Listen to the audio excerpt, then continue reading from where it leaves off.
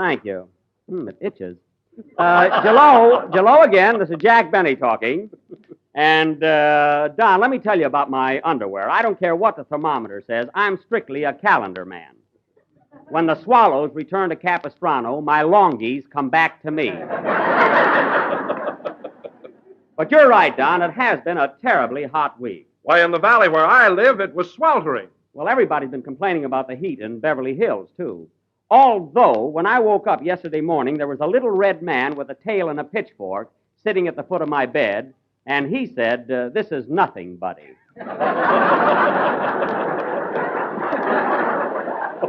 I didn't like him calling me buddy.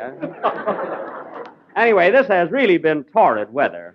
Well, Jack, the only thing to do when it's like this is just sit back and take it easy. Take it easy? Why, Don, this is the busiest week I've ever had. And you know what my schedule was today, don't you? No, what? Well, at 4 o'clock, I did our first Jello broadcast. Then I had to rush over and do the Screen Guild program. Then home to dinner. Then back here to do this repeat Jello show. And immediately afterwards, I've got to do the second program for the Guild. My goodness. And at 11 o'clock, I've got to MC the opening of that new chili bowl in Tarzana. I tell you, Don, if it wasn't for vitamin B1 and the cigarettes Phil's drummer gives me, I doubt that I'd be able to carry on.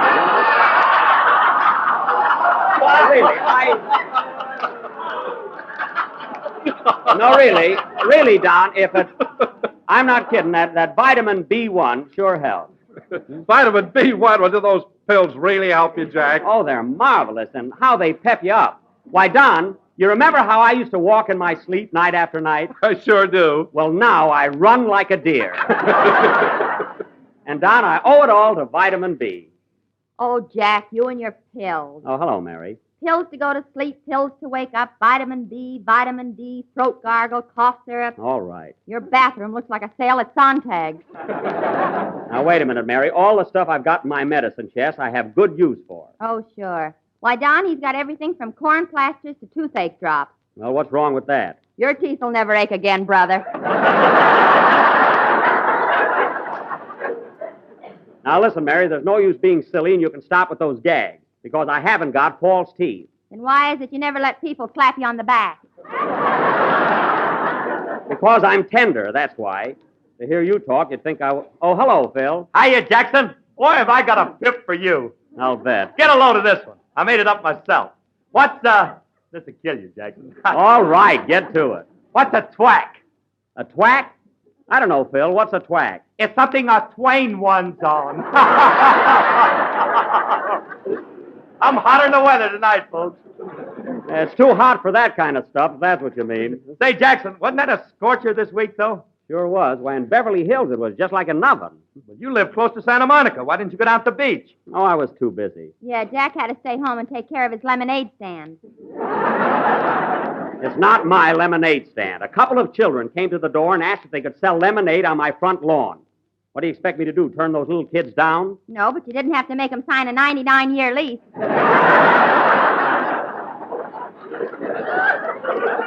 Oh, quiet.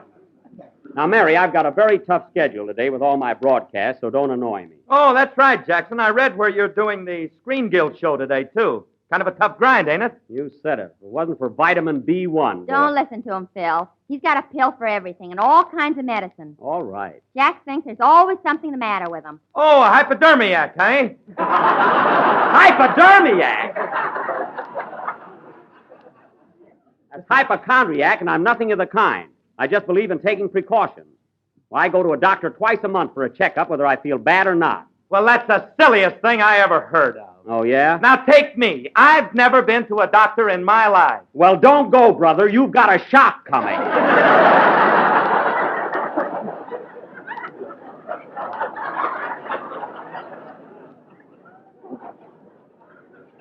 No kidding, Phil. No, Phil, really, did you ever take a good look at yourself in a mirror? Yes, and I'm gorgeous.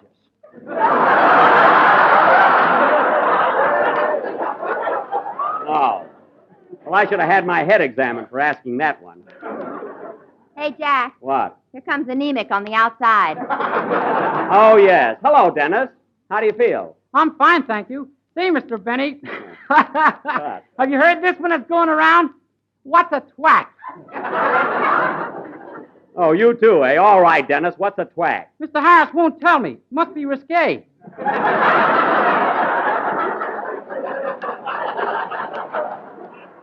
Well, he told me that bright answer, so for your information, Dennis, a twack is something a train runs on. That's Twain! Twain!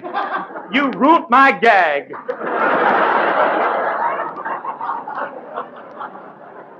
All right, Phil, I ruined it. I'm sorry.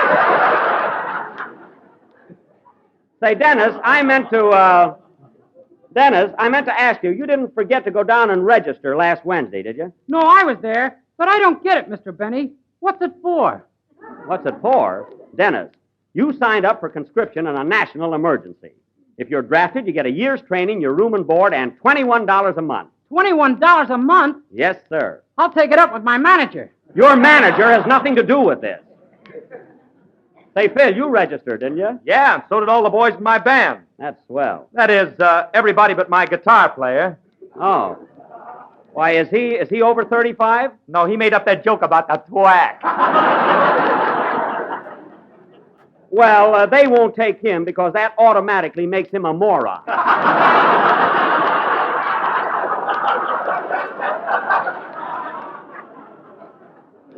Say, Dennis. Yes, please? We're about ready for a song. Have you got something nice prepared for us? Yeah, I'm going to sing Trade Winds. That's trade wind. Stay away from Harris. Sing, kid. Phil, why don't you buy a new joke book?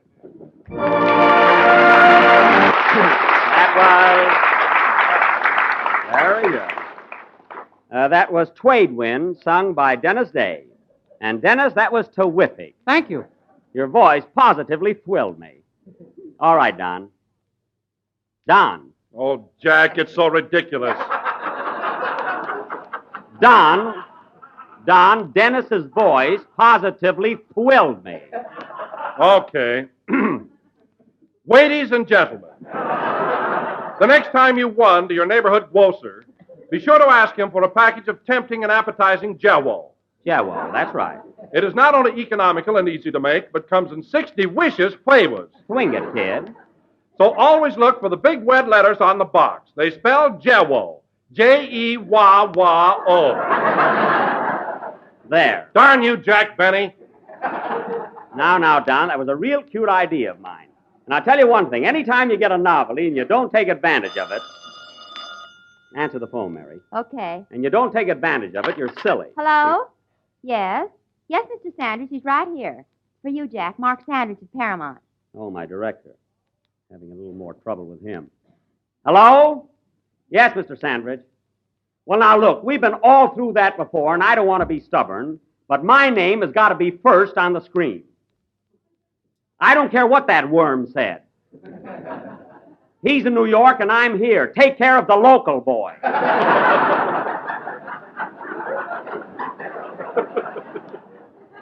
Now, look, Mr. Sanders, that's my ultimatum. So think it over. Goodbye. What's the matter, Jack? Oh, it's that picture I just finished with Fred Allen. Allen wants his name first. Quite a ham, huh? Quite a ham. Don, you don't know what that guy Allen went through to try and be better than I am in the picture. Why, he studied his lines all night long. He hired 4 or 5 extra writers. He took dramatic lessons. Why, he even bribed the cameraman to try and make him look better than me on the screen. And for what? A lot of good it did him. Yeah, if he thinks he's going to steal that picture from Rochester, he's nuts.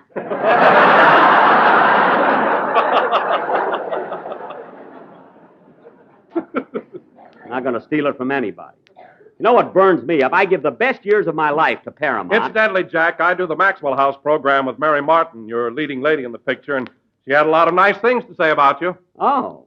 Well, Mary is an awfully sweet girl, and she's swell to work with. Thanks. I don't mean you. I'm talking about Mary Martin. You know, she's from Weatherford, Texas. Are you acquainted with Miss Martin, Phil? Jackson, there ain't a gal in, from, or passing through that state. I don't know.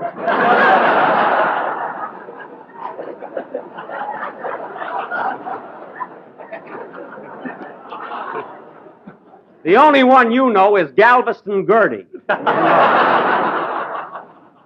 Always bragging. Huh? Say, Mr. Benny, What? I've never been in Texas. Are the girls really so beautiful down there? Yes, they are, Dennis, and there are thousands of them. each one prettier than the other. Then why do cowboys always sing such lonesome songs?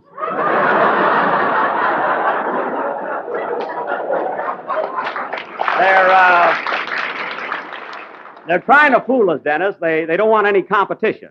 But getting back to Mary Martin, I really made an impression on that girl. Why, do you know in the picture she sings a chorus of My Heart Belongs to Daddy, and she sings it right to me. See, I love that part where she looks at me and goes, Dad, Dad, Dad, Dad, Dad, Dad, Dad, Dad, Dad, Dad. She hates to say it, huh?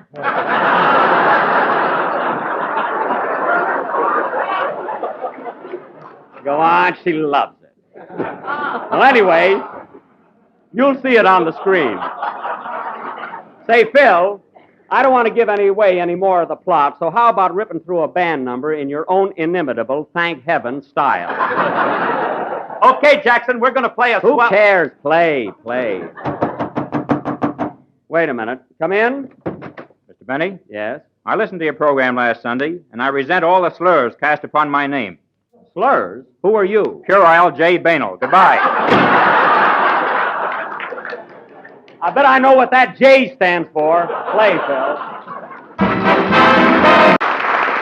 That was The World Is in My Arms, played by Phil Harris and his Gypsy Orchestra. Gypsy meaning, if he calls that an orchestra, it's a gyp. See? That's almost as bad as the twain on the twack, isn't it, Phil? That's nothing. That's a Lulu. Oh, fine. How much you want for that gag, Jackson? Oh, Phil, I couldn't sell it. I could. I said sell.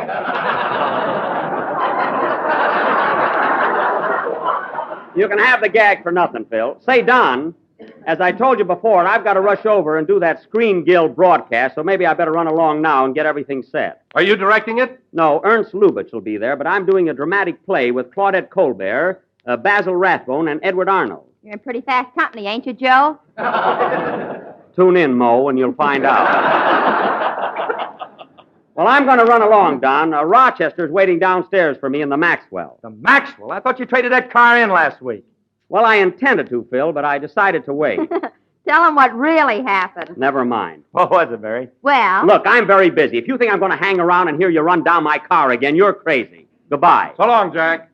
Gee, that guy's burned up. What happened, Mary? it was this way. I was over to Jack's house last Monday, and I finally persuaded him to trade in the Maxwell. Uh-huh. Well, anyway, after a long argument, we got in the car and started toward Hollywood. And all the way over, Jack was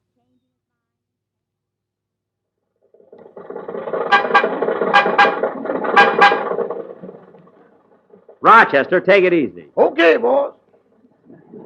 You know, I hate to trade this car in, Mary. Now, don't back out. Say, Jack, what kind of allowance do you think they'll give you on the Maxwell? Well, if I can get $700, no, really, I'll be happy. $700? Yes, this car's got a lot of extras on it. Seat covers, radio, cigarette lighter. Don't forget the anchor. We ain't got no brakes. The brakes are all right. Boy, what a rattletrap. It's not a rattletrap. Miss Livingston's right, boss. This car vibrates so much I can't keep my socks up. Your socks? All right, our socks.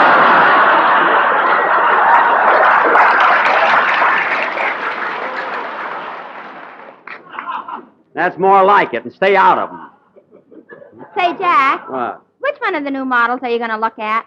Oh, I don't know, Mary. I can't make up my mind whether to get a Rio or a Chandler. A Rio or a Chandler? Yes. Say, Jack, did you read the news? What news? Queen Isabella's that way about Columbus. Now, cut that out. Don't be funny. Why, Jack, they haven't made a Rio or a Chandler in years. They haven't. I told him that till I was black in the face. Well, I'll find a good car. Now, Rochester, turn down here on Hollywood Boulevard. We'll come to Automobile Row. Okay. Uh-oh. Now what? I should have stopped there. Well, you're just lucky that a policeman did... Oh, fine. Stop the car, Rochester. I knew this would happen. Is that a policeman coming toward us? It ain't an usher from the Pantages. Now, let me do the talking, Rochester. What can you say without your riders? I'll get by, don't worry. Oh, good morning, officer. Hey, don't you know it's against the law to turn left on a red light? Yes, but... I'm going to give you a nice little ticket. But, officer, I came to Hollywood to trade in my car. This car? Yes. Well, you haven't got a minute to lose. Drive on, buddy. Thanks. Go ahead, Rochester. Wise guy. Got a good mind to go back and tell that cop a thing or two. Now, Rochester, there's the Packard agency over on your left. Well, we can go right by there. Now, wait a minute. Pull into the service entrance. Why, boss, are you thinking about buying a new Packard? I certainly am. There's vitamin B for you. It's not the pills. I just feel like buying a Packard. Stop the car.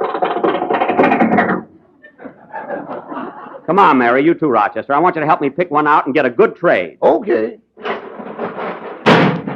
Rochester, put that door back on. Quick, quick, before the man comes. Quick, quick, quick! There. Come on, let's go in the showroom. Wow, look at these beautiful new cars. Good morning. Good morning, sir. I'm in the market for a car. Phaeton, Peyton, or Schmayeton?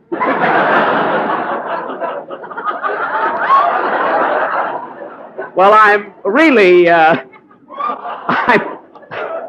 I'm really interested in a convertible coupe. I see. Now, right over here is our 1941 model. It has the automatic top. Oh, yes. You just press a button and the top goes up and down. Well, what are you laughing at? Your top does that without a button.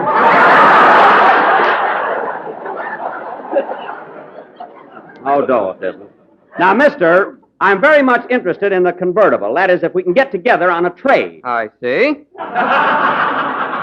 Well, what year car are you driving now? Is it a 1940? No, 1939? no, 1938? no. 1937? I'm going out to eat. This will take all day.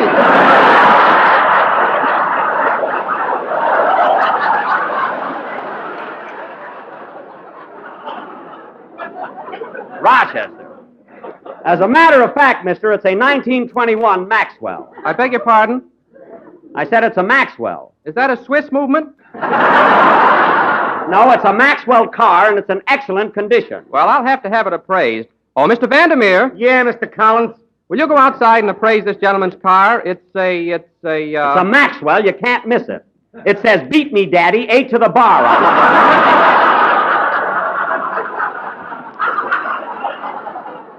Now, please, I'm in a hurry.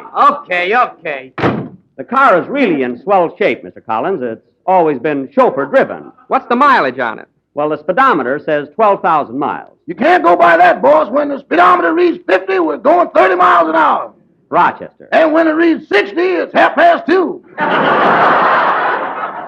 Rochester, there's no time to be flippant. Well, Mr. Collins, how much will this Packard cost me? Well, of course, that depends on how much we can allow you on your old car.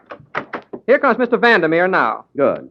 Oh, Mr. Vandermeer, did you look over this gentleman's car? Yes, sir. Well, what do you think? I didn't like it!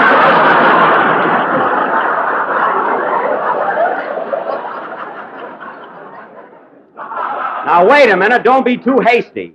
Did you crawl under my car and take a good look? Not me. I got a wife and kids. Not so dangerous. Now, Mr. Collins, I think my Maxwell is worth $700. And he doesn't drink. Quiet. Now, what do you think, Mr. Collins? Well, the best I can possibly offer you on such an old car is $40. $40? Now, Jack, don't argue about it. You're getting a break, believe me. Well, what do you think, Rochester? Is $40 fair? Boss, that's fair, just, unbiased, liberal, generous, and hand me a dictionary.